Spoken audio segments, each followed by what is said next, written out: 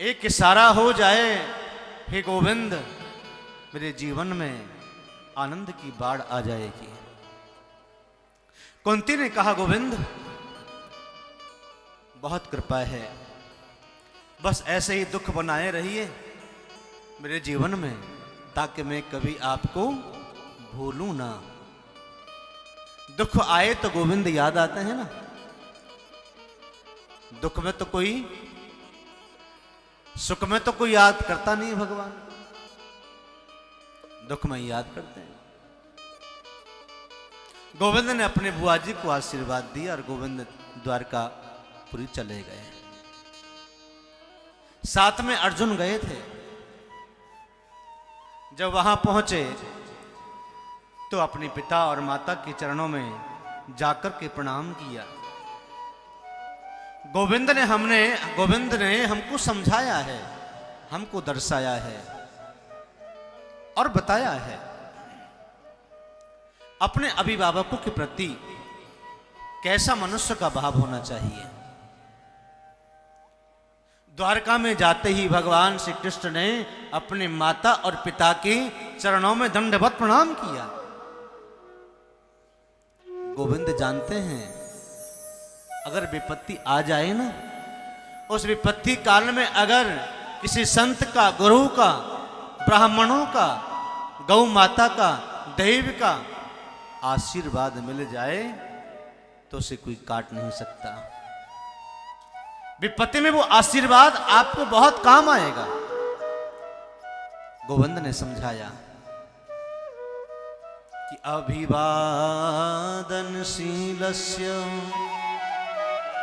नित्यं रद्धोपसेविनाः चत्वारि तस्या वर्धन्ति आयुर्विद्यायसो बलम्।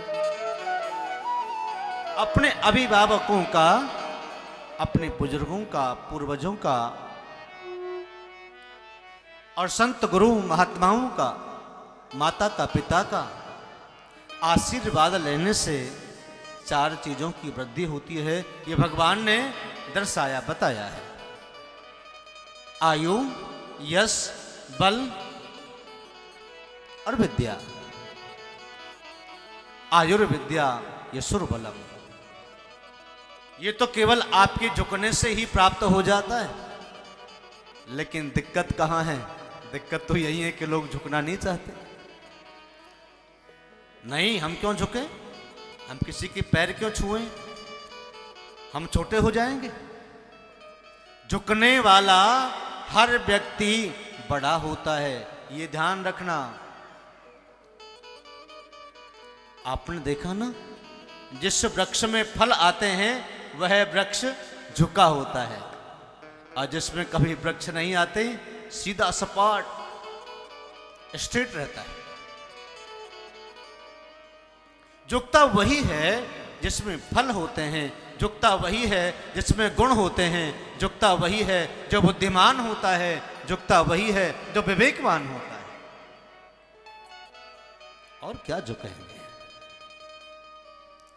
झुकेगे तो कुछ मिलेगा ना, नहीं झुकेगे तो कहां से मिलेगा?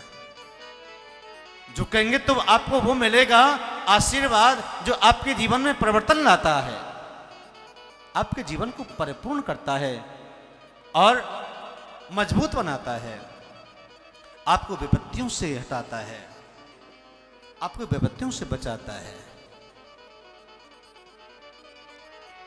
भगवान उसी समय वहां से धराधाम छोड़ करके चले गए। अर्जुन निराश हो गए। अर्जुन रोते हुए मायूस होकर के हस्तिनापुर आए। हस्तिनापुर जैसे ही प्रवेश किए, अर्जुन का वो मायूस चेहरा जब युधिष्ठिर ने देखा तो पूछा, क्यों युधिष्ठिर, क्या बात? क्यों अर्जुन, क्या बात है? इतने उदास क्यों हैं? आप तो गोविंद को छोड़ करके आए हैं, क्या हुआ है बताओ ना। अर्जुन रोते हुए कहते हैं कि आज हमारे बीच से भगवान श्री कृष्ण, हमारे मित्र, मेरे गुरु, अब हमें हमेशा के लिए छोड़ करके चले गए हैं। युधिष्ठिर ने जैसे ही सुना विचार करने लगे, जब कृष्ण हमारे साथ नहीं हैं तो हम भी रहकर के करें क्या।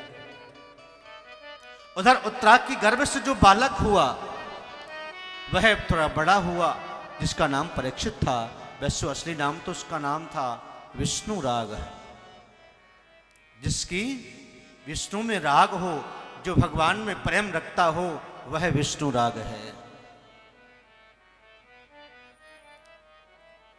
बाल्यकाल में ही पांडवों ने उस परीक्षित का अभिषेक किया, राजगद्दी पर बिठा दिया और राजगद्दी पर बिठा करके समझा दिया कि आपकी शरण में अगर शत्रु भी आ जाए तो उसको भी क्षमा कर देना। और अतिथि का सत्कार करना। आपके घर में अतिथि आ जाए कोई भी, उसका सत्कार करना, ये राजा का धर्म है। पांडवों ने अभिषेक किया और अभिषेक करने के बाद कुंती के सहित, द्रौपदी के सहित और 5 पांडव उत्तराखंड की ओर चले गए, देवभूमि में। वह अपने शरीर को गला दिया और स्वर्ग का दर्शन किया। प्रेम से कहो श्री राधे। सब्सक्राइब करें रामकृष्ण शास्त्री जी के YouTube चैनल को और हमारे वीडियोस को सबसे पहले देखने के लिए बेल आइकन को दबाना न भूलें।